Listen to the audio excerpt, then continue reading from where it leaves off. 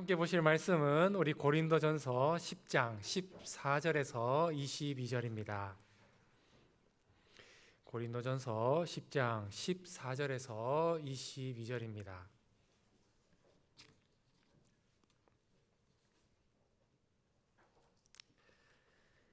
네, 찾으신 줄 알고 교독하시고요. 22절은 함께 읽도록 하겠습니다. 그런즉 내 사랑하는 자들아 우상 숭배하는 일을 피하라. 나는 지혜 있는 자들에게 말함과 같이 하노니 너희는 내가 이르는 말을 스스로 판단하라. 우리가 축복하는 바 축복의 자는 그리스도의 피에 참여함이 아니며 우리가 떼는 떡은 그리스도의 몸에 참여함이 아니냐. 떡이 하나요 많은 우리가 한 몸이니 이는 우리가 다 한 떡에 참여함이라. 육신을 따라 난 이스라엘을 보라. 제물을 먹는 자들이 제단에 참여하는 자들이 아니냐. 그런즉 내가 무엇을 말하느냐. 우상에 무릇 이방인이 제사하는 것은 귀신에게 하는 것이요 하나님께 제사하는 것이 아니니 나는 너희가 귀신과 교제하는 자가 되기를 원하지 아니하노라. 너희가 주의 잔과 귀신의 잔을 겸하여 마시지 못하고 주의 식탁과 귀신의 식탁에 겸하여 참여하지 못하리라. 그러므로 우리가 주를 노하겠느냐. 우리가 주보다 강하냐. 아멘. 오늘 또 나라와 민족을 위해서 기도의 현장에 참여하신 우리 모든 용사님들 서로 옆 사람과 이렇게 인사하겠습니다. 오늘도 함께 해줘서 감사합니다. 감사합니다. 온라인으로 참여하신 분들을 위해서 한 번 더 인사합시다. 어디서나 우리는 한 마음입니다. 어디서나 우리는 한 마음입니다. 감사합니다. 우리는 지난 시간에 교회 공동체가 가져야 할 바른 정체성이 무엇인가에 대해서 계속해서 나누고 있습니다. 지난 시간에는 특별히 사도 바울은 하나님의 놀라운 구원의 역사를 경험하였음에도 불구하고 원망과 불신과 시험으로 자신들의 불신앙을 여과없이 드러냈던 이스라엘을 반면교사 삼아야 된다, 이렇게 교훈을 했었습니다. 교회는 어떤 곳입니까? 함께 세례를 받고 다 같은 신령한 음식과 신령한 음료를 마신 구원 공동체다, 이렇게 말씀을 드렸죠. 하나님과 바른 관계성을 계속 잘 유지하면서 그분의 인도하심과 또 보호하심을 온전히 믿으면서 어떻게 살아가야 된다고 했습니까? 시험이 있다면 능히 이길 힘을 주시고 또 감당치 못할 시험이면 피할 길을 주시는 분이 우리 하나님이시므로 주님을 온전히 믿는 저 우리 용사님들은 어떻게 살아가야 됩니까? 그러한 시험이 올까 봐 두려워하지 말고 담대하게 순종의 걸음을 걸어가는 것이 사도의 간곡한 이 시대를 향한 저와 우리 용사님들을 향한 사도 바울의 요청이었죠. 그래서 우리는 우리 손을 꼭 붙잡고 가시는 주님의 손을 보면서 험난한 인생을 참 힘있게 살아가야 될 줄 믿습니다.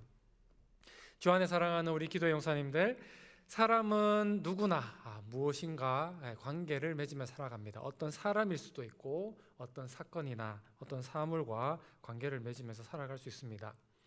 그리고 그 삶은 누구와 교제하고 무엇을 가까이 하느냐에 따라서 그 방향이 결정이 됩니다.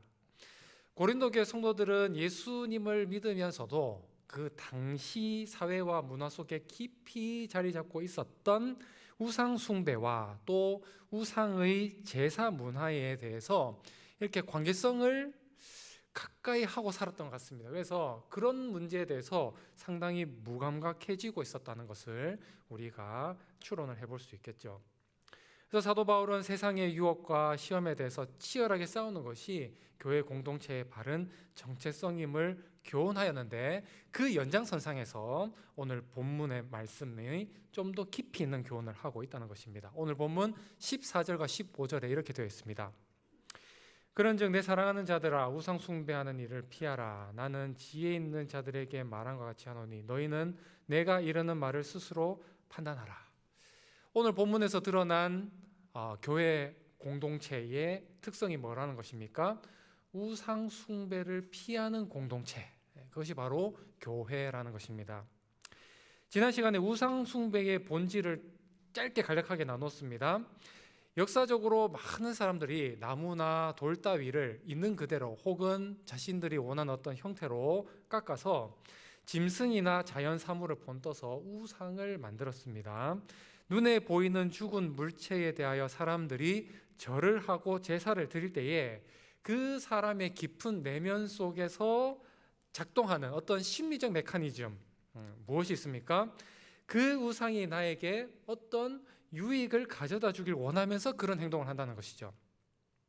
그런데 그냥 달라고 하면 주지 않을 테니까 어떻게 하는 겁니까? 내가 그 우상을 기쁘게 하는 무엇인가를 거래물로 어떤 걸 만들어서 드림으로 말미암아 우상이 기뻐서 나의 요구를 들어주게 만든다. 그래서 대표적으로 뭐 절을 많이 한다든지, 그죠? 뭐 수행을 많이 한다든지, 뭐 헌물을 많이 한다든지, 그러한 거래 대상물을 이렇게 올려놓음으로써 원하는 것을 얻으려고 하는 것이 우상 숭배하는 사람들의 형태라고 할 수 있겠죠. 우상이 만족할 만한 것으로 거래를 했으니 나는 이제 복을 누릴 것이다, 이렇게 생각하는 것이 바로 우상 숭배를 하는 사람들의 사고 구조라는 것입니다. 그렇게 우상 숭배는 그 목적과 의도를 좀 깊이 파고들고 가면 궁극적으로는 무엇이 있습니까? 내가 있는 거죠, 내가. 그래서 우상 숭배는 어떤 면에서는 나를 숭배하는 행위라고 할 수가 있습니다. 목사님, 요새 과학과 기술이 얼마나 발전했는데 나무나 돌을 깎아서 우상을 섬기는 사람이 어디 있습니까? 맞습니까? 요즘에는 이렇게 뭐 돌이나 나무를 깎아서 막 우상으로 섬기는 사람이 많이 줄어들었을 수도 있을 것 같아요. 그러나 우상 숭배의 본질은 뭐라 그랬습니까? 나를 숭배하는 것이라고 했습니다. 그래서 나무나 돌을 깎아 만드는 것에 절하는 것만 우상 숭배가 되는 것이 아니라 나의 미래를 보장해 준다고 믿고 신뢰하는 모든 것들, 그리고 그 믿음이 절대로 옳다고 생각하는 나를 믿는 것이기 때문에 그 어떤 것도 우상이 될 수 있다는 것입니다. 그래서 눈에 보이지 않는 가치관, 뭐 철학, 사상, 이런 것들도 내가 믿고 맹신하면 우상이 되어질 수 있다는 것입니다. 대표적인 게 뭡니까? 학벌주의, 물질주의, 외모지상주의, 이런 것들. 이런 것들을 하나님보다 나의 미래를 더 잘 보장해 준다고 믿고 신뢰하고 따르게 되면은, 그것이 진리라고 믿게 되면 그것이 바로 뭐라고요? 우상숭배가 된다는 것입니다. 우상숭배는 이처럼 자기를 숭배하는 것이기 때문에 이 우상숭배 속에는 뭐가 없을까요? 자기 부인이 없어요. 십자가가 있을 수가 없는 것이죠. 샤머니즘 종교 중에서 내가 섬기는 돌, 내가 섬기는 나무 때문에 그 나무와 그 산과 그 돌을 내가 너무 사랑하여서 내가 대신 십자가를 지겠습니다라고 하신 거 본 적 있으십니까? 물론 무속신앙 중에서도 막 자기 절제를 한다거나 자기 부인을 하는 것 같아 보이는 요소들이 있는 것도 있습니다. 그런데 그 요소들도 궁극적으로 결론을 쭉 따라가 보면 내가 원하는 것을 얻기 위한 수단 중에 하나인 것이죠. 그죠? 그런 경우가 많은 거죠. 진정한 그 안에 자기 부인과 십자가는 있을 수가 없다는 것입니다. 거기에는 왜곡된 자기애와 자기 중심성이 가득할 뿐입니다. 주님을 머리로 모시고 있는 교회와 성도에게 자기 중심성으로 가득 차 있다, 우상 숭배를 한다, 그것을 보고 복음 공동체라고 할 수 있겠습니까? 그래서 사도 바울은 그러한 공동체를 깨트리게 만드는 우상 숭배, 하나님과의 교제를 끊게 만드는 우상 숭배를 어떻게 하라는 것입니까? 피하라, 이렇게 이야기를 하고 있는 것입니다. 계속해서 16절에서 18절입니다. 우리가 축복하는 바 축복의 자는 그리스도의 피에 참여함이 아니며 우리가 떼는 떡은 그리스도의 몸에 참여함이 아니냐. 떡은 하나요 많은 우리가 한 몸이니 이는 우리가 다 한 떡에 참여함이라. 육신을 따라 난 이스라엘 보라 제물을 먹는 자들이 제단에 참여하는 자들이 아니냐. 교회는 어떤 공동체입니까? 두 번째로 주님과 바른 교제를 하는 공동체다. 그죠? 사실 오늘 본문을 좀 잘 묵상해 보면 좀 흥미로운 지점이 있어요. 앞에 14절, 15절에서는 바울이 뭐라고 했어요? 우상 숭배를 피하라, 이렇게 이야기를 했잖아요. 그러면 그 다음에 이어지는 16절부터는 우상 숭배의 반대말인 하나님 숭배가 나와야 될 거 같지 않습니까? 뭐 그런 생각 안 해보셨습니까? 하나님을 숭배하지 마라. 대신에 죄송합니다. 헷갈렸어요. 우상을 숭배하지 마라 이야기를 했어요. 그러면 대신에 하나님을 숭배해라 이렇게 이야기를 할 것 같은데 바울은 뜬금없이요 성찬에 대해서 이야기하고 있어요. 거룩한 먹고 마심이 있는 예식을 사도 바울은 우상 숭배 그 다음에 우상 숭배를 피하여야 할 교회 공동체에게 지금 이 이야기를 하고 있다는 것입니다. 용사님들 성찬 잘 아시겠죠? 복음서를 보면 주님께서 잡히시던 밤에 저녁에 제자들과 함께 떡을 떼고 잔을 나누면서 나를 기념하라 이렇게 말씀하지 않으셨습니까? 만약에 이제 용사님들이 내일 뭐 그럴 일은 없겠지만 예화입니다. 예시로 내일 죽는다. 내일 죽는다. 그러면 오늘 저녁에 마지막 자유 시간이 주어진다고 하면 어떤 걸 먼저 해보시겠습니까? 뭐 여행을 할 수도 있고 또 사랑하는 사람과 전화할 수도 있고 뭐 등산을 좋아하는 분은 마지막으로 이제 등산을 하실 수도 있고 뭐 맛있는 음식을 먹을 수도 있고 아니면은 이제 마지막이니까 돈 실컷 써보자 멋진 옷을 입고 소비를 하는 일들 그런 거 해볼 수가 있겠죠. 그러나 어떠한 행위였든지 간에 그 행위는 그 사람의 전 인생을 통틀어서 어떤 일일까요? 가장 중요한 일일 것으로 우리는 생각해 볼 수 있을 것입니다. 예수님은 다음 날 이제 돌아가십니다. 그런데 그 마지막 날, 이 땅에서의 그 마지막 날 가장 중요한 순간에 주님은 뭘 하셨어요? 제자들과 밥을 먹었어요. 밥. 왜 그렇습니까? 사랑하는 사람과 함께 식탁에 둘러앉은 그 식사 시간이 우리 주님에게는 단순한 식사가 되는 것이 아니라 서로의 사랑과 그 관계성을 확인하는 시간이었기 때문에 우리 주님은 제자들과 함께 식사를 나누시면서 마지막 때를 준비하셨던 것입니다. 고린도의 많은 사람들이 우상을 숭배했습니다. 그런데 그 방향성이 어떻습니까? 우상을 향해 나아가는 편도죠. 편도의 사랑이죠. 반면에 교회 공동체는 어떻습니까? 우리 주님과 건강한 교제와 관계를 유지하는데 그 방향성이 양방향이죠. 양방향. 결정적으로 다른 것입니다. 기독교는 숭배의 종교이기보다 무슨 종교입니까? 교제의 종교이기 때문입니다. 물론 우리가 경배도 하고 예배도 드리지만 그것은 숭배만을 의미하는 것이 아니라 뭡니까? 하나님과의 교제를 하기 위한 하나의 수단인 것이죠. 게다가 또 한편 어떻습니까? 오늘 본문 17절에 보니까 한 떡이고 한 공동체 한 몸이라 그러잖아요. 우상 숭배하는 사람들은 자기 중심성으로 아까 뭉쳐 있다고 그랬습니다. 그죠? 그러니까 우상 숭배를 하면 자기 중심성 때문에 공동체를 깨트리지만 그러나 그리스도는 어떤 일을 하십니까? 공동체를 하나로 뭉치게 만드는 일을 해내신다는 것이죠. 그러므로 성찬에 참여한 사람은 필연적으로 나와 관계성을 맺고 있는 주님에 대한 믿음이 삶 속에서 자연스럽게 스며나올 수밖에 없다는 것입니다. 주님과 함께 밥 먹는 한 식구인 사람이 어떻게 주님과 상관없는 삶을 살 수 있다는 것입니까? 그것은 애초에 불가능하다는 것이죠. 주님과 다른 식구면 모를까? 지금은 워낙 그 배달 어플이 잘 발달해가지고 먹고 싶은 것이 있으면 이렇게 휴대폰으로 시켜서 배달도 시켜 먹고 그러잖아요. 그러나 제가 어릴 때만 해도 통닭을 먹는 거는 특별한 날이 있거나 혹은 사랑하는 우리 아버지가 통닭을 사서 퇴근할 때 두 가지 경우였는데 많은 아버지들이 그 자녀들이 행복해하는 모습 보려고 통닭 사오고 그러지 않으십니까? 그래서 통닭 사오면 아이들이 막 달려와가지고 아빠를 사랑하는 거죠. 손에 들고 있는 아빠를 사랑하고 하는 거죠. 통닭을 들고 있는 아빠를 막 사랑하는 거죠. 너무 좋다고 행복하다고. 그러다가 다음 날 아빠가 매번 통닭을 사올 수는 없잖아요.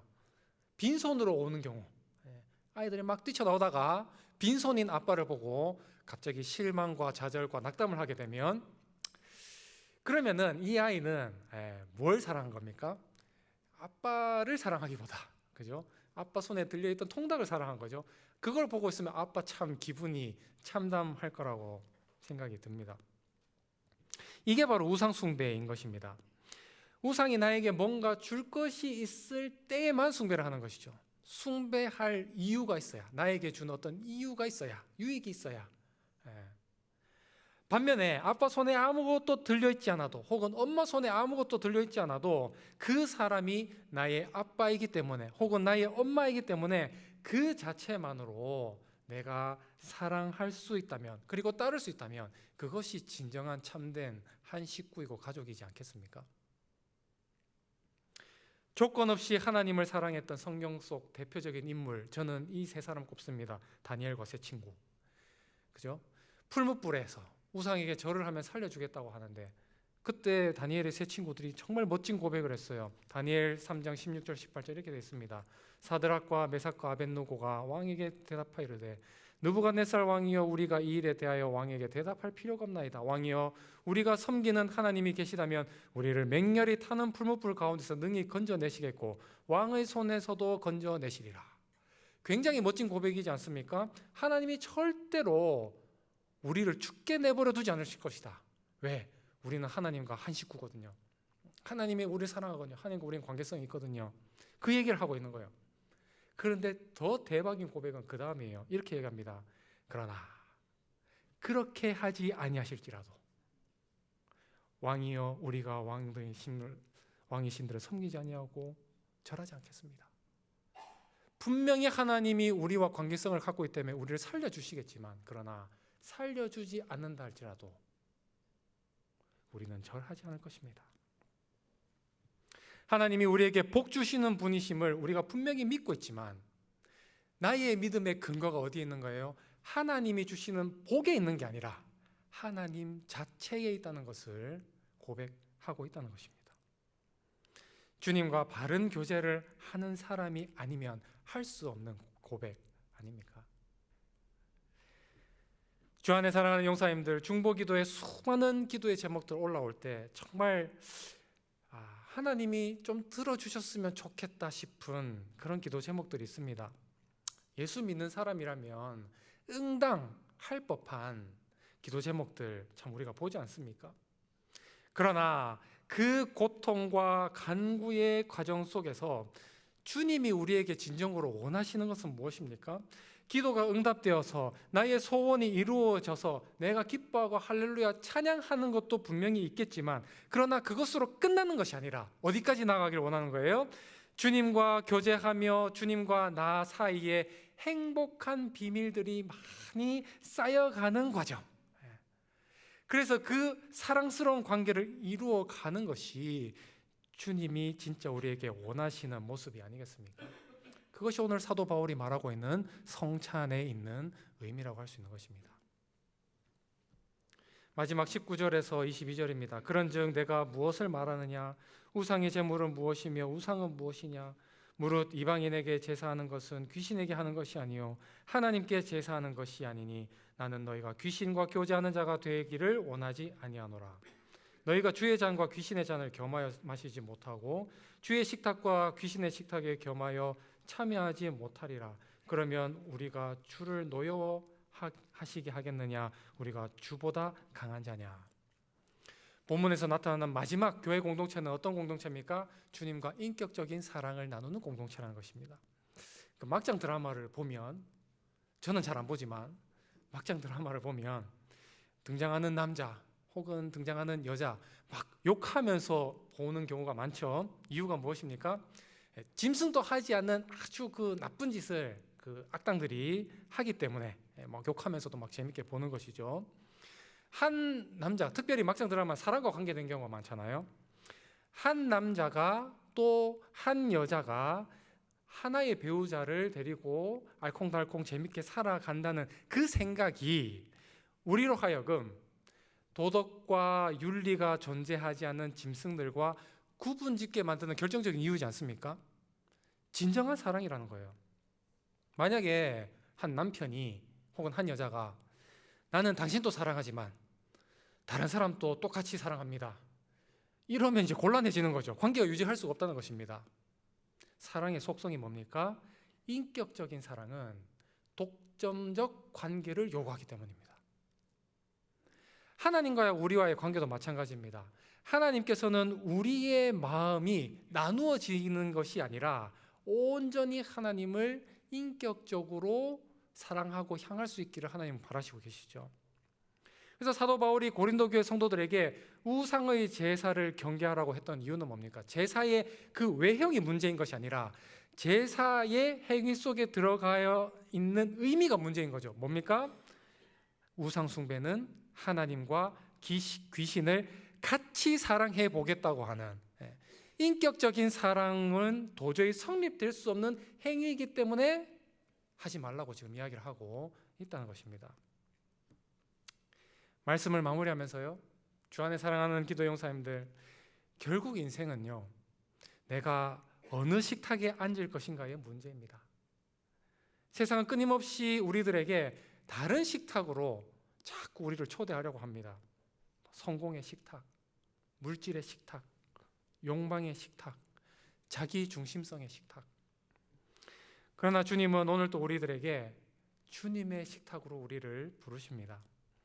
우리를 위해 몸을 찢으시고 피를 흘리신 그 사랑의 식탁으로 우리를 자꾸 부르고 계십니다.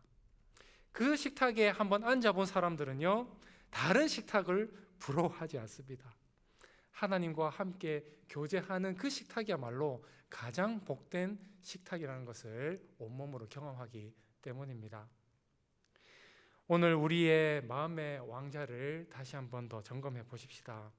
하나님보다 더 사랑하는 것이 있다면 내려놓고 십자가의 은혜를 붙들며 오직 그리스도만을 사랑하며 교제하는, 섬기는 복된 삶을 살아가십시다. 그때 하나님께서는 우리를 거룩한 공동체로 세우시고 세상 속에 그 어떤 곳에서 찾아볼 수 없는 빛과 소금이 되는 공동체로 우리를 만들어 가실 것입니다. 이 시간 기도하실 때 우리 모든 한국교회가, 우리 모든 한국교회 성도들이 그러한 사명을 감당하며 살 수 있게 달라고 함께 기도할 수 있는 저 우리 모든 용사님들 되실 수 있기를 주님의 이름으로 축원합니다. 이 시간 함께 우리 찬송가 430장, 에어컨을 좀 켜주시면 좋겠습니다. 찬송가 430장, 주와 같이 길 가는 것 우리 찬양하겠습니다.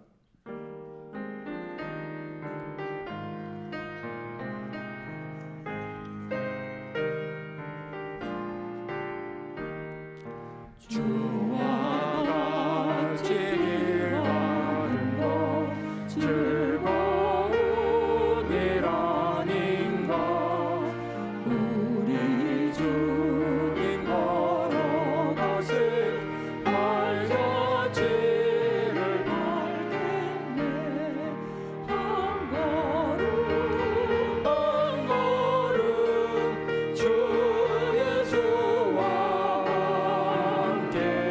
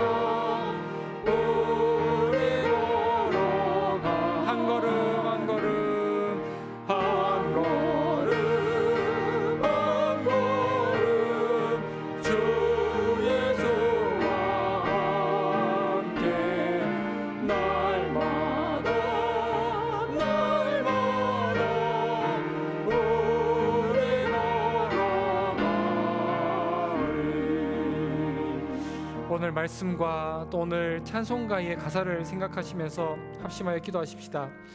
하나님보다 혹시 내 마음속에 뭔가를 더 앞세우고 있는 왜곡된 자기 중심성의 우상이 있습니까? 주님, 다 깨트려지게 하여 주시옵소서.